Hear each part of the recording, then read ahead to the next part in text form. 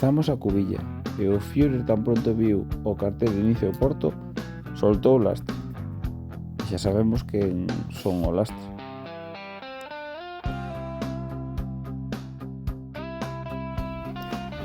Depois temos unha especie de falso inicio, que o que veño chamando eu, onde Barreiros fai a súa mítica táctica da goma, que va a esa mesma velocidade que a él, pero vai 50 metros por detrás.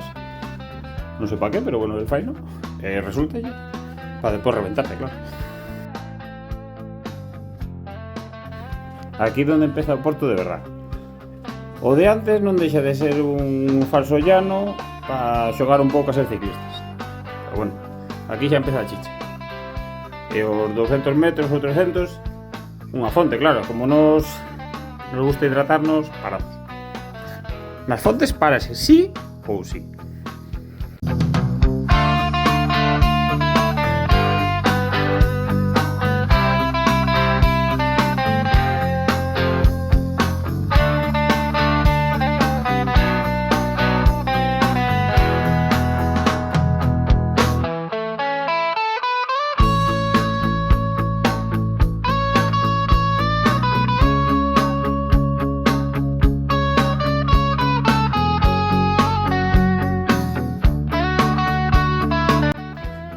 Por suposto, na segunda fonte paras. Pero é unha fonte rara, porque cando estás na fonte parece ser que se está maravilloso, pero cando estás esperando por o teu compañeiro, pois, polo que sea, te agobias.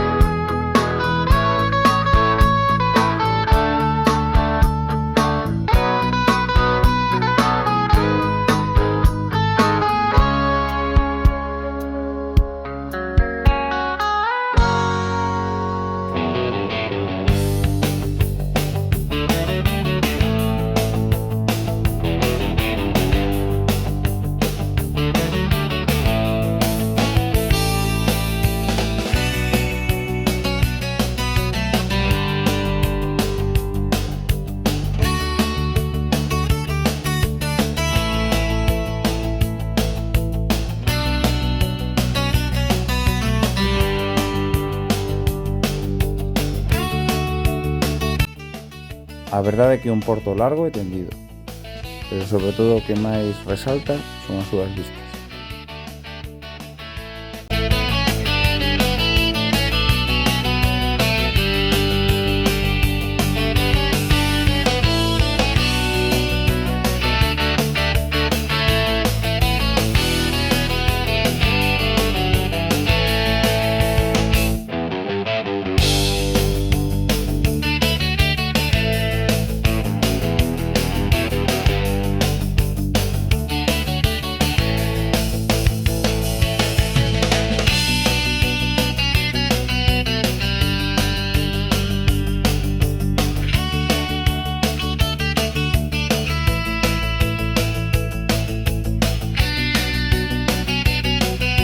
Eloi, quita a rejilla, que va a ser millor.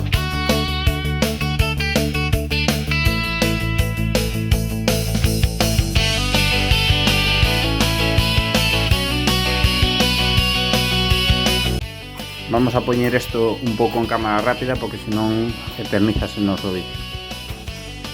Conseguín convencer ao meu amigo Eloi de quitar a rejilla Bueno, quita a rejilla, tranquilo. Despois de reparar a cremallera do malló, que a jodera, entón por eso ten que meter o malló por arriba. Bueno, cousas da vida. Pero claro, non meto os tirantes. A cara de circunstancia cando lle digo que non meteu os tirantes, eso é digno de Oscar. Despois deses 5,21 segundos de pit stop, que nin na Fórmula 1 o fan tan rápido, arrancamos e aos 500 metros estaba o botellamento líquido. Se cando un ten mala sorte, non hai máis.